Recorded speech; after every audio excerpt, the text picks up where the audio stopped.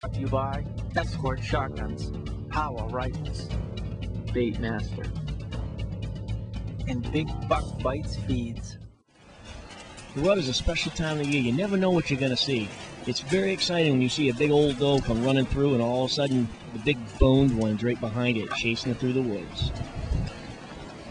Well, it's Jim CV's turn up to the bat. His son Rick is behind the camera, and hopefully those big old blocks will start coming by the stand.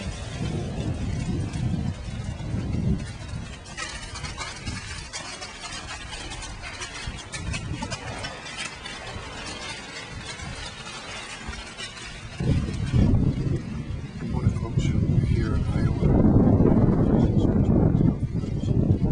we're sitting on the edge of a CRP field, the creek behind us, and we're waiting for the bucks to be chasing the does through here. We, a few minutes ago, saw 3 bucks chasing a doe.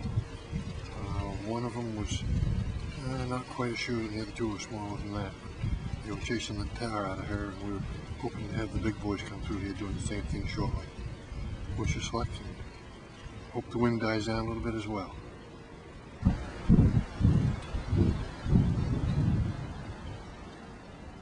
Well, Jim wouldn't have to wait that long.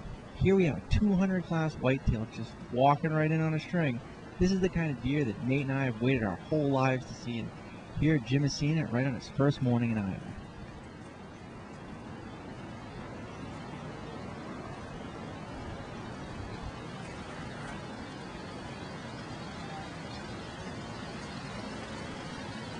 Well, seeing a deer like this, it's a good thing they got the safety belts on. That's all I can say.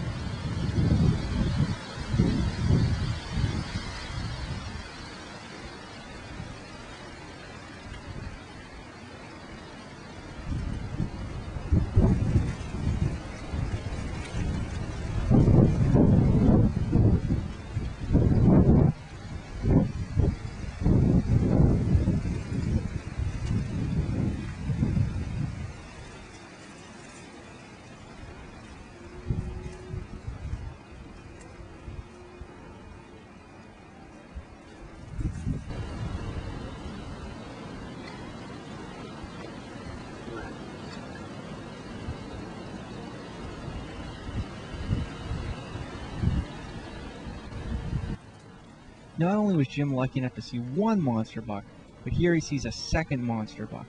Keep an eye on this one because you're going to see him again real soon.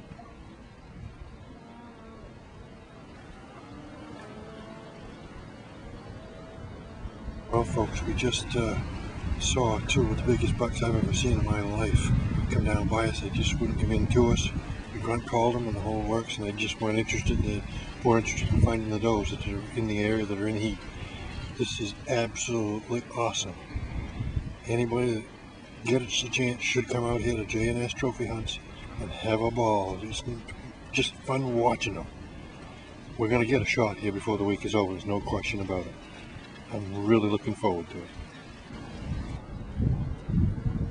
Like Chris said, it wasn't too long, and look what's coming across the stream. Big old horned one.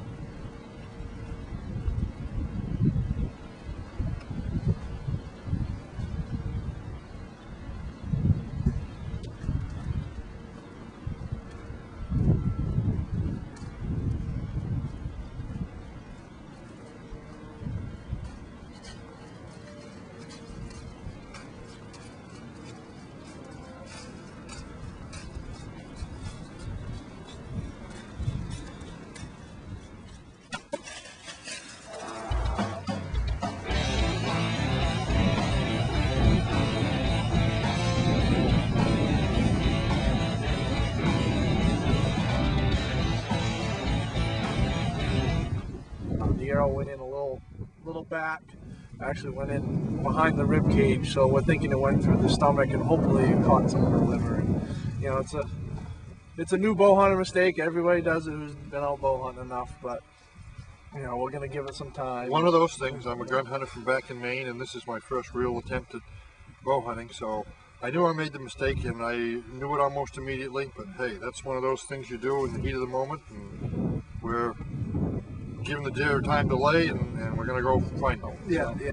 either way, it was a great experience to have with my son, and any father-son combination that can get to see J&S trophy hunts, you should do it. It is well worth the time and the effort. Yeah, it sure is. And, stay tuned, and we'll be back, and hopefully we'll have a recovered deer for you to look at and enjoy with us. So we'll be back.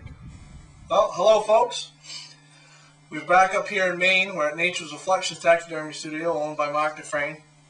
In between the both of us here is the results of my father's first hunt with J&S Trophy Hunts out in Iowa. It happens to be my father's first deer with a bow. Unfortunately, we were unable to show you the recovery of the deer actually in the woods. I made a bad shot, and we had to back away from the deer and let him do his own thing. He spent probably 10-15 minutes standing about 50 yards from us and didn't leave much of a blood trail for about 60 or 80 yards, bedded down a couple of times. We just couldn't find him for the first couple of days, but we kept at it. Yeah.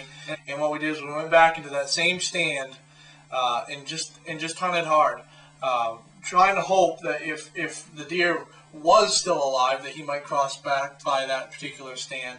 And if he wasn't, maybe the scavengers, which is what actually ended up letting us find this deer, would lead us to them.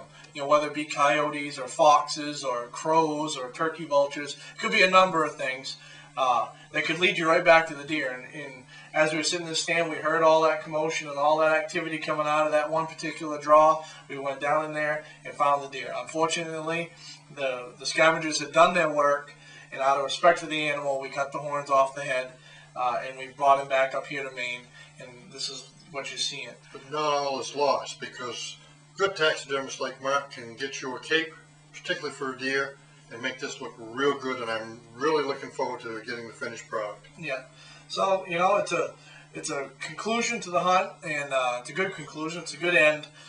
We would have rather shown you in a different way, but, you know, it all works out in the end, and we'll have a nice mount, and, you know, we have great memories, and, you know, like I said, here at the Northwoods Adventures, you know, we like to say, we'll see you in the woods.